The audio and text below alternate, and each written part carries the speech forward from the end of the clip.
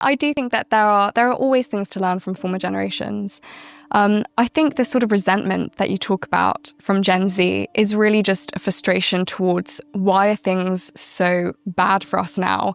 And the one job of, I think, our previous generations is really to safeguard what they have and to increase prosperity for future generations.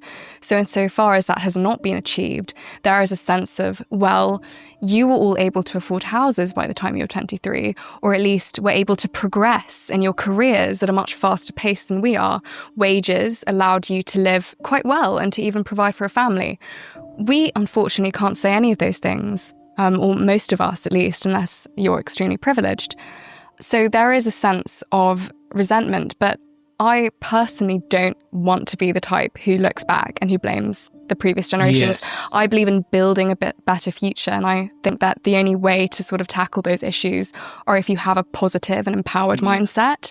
That is something which I think Brexit gave us, and I think the one sadness is that my generation hasn't looked at Brexit as a very positive opportunity for change, but rather this again coming from a place of anger at the way our society could be but isn't. Yeah.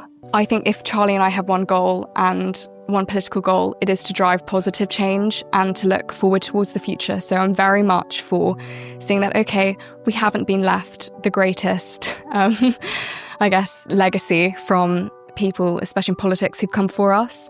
But what we can do with what we have is extraordinary, especially with momentum growing, which has been channeled into reform. I think that's a very positive momentum at its heart. It's one that believes in Britain. It's one that believes in the nation state and that we have the capacity to do great things for our country. Yeah. I want to see that come to fruition. I want my children to grow up in a country which is prosperous, which believes in its right to self-determination, which is independently minded and forward-thinking and global in its attitude, but which always prioritises British interests. That's my vision for politics and for the future.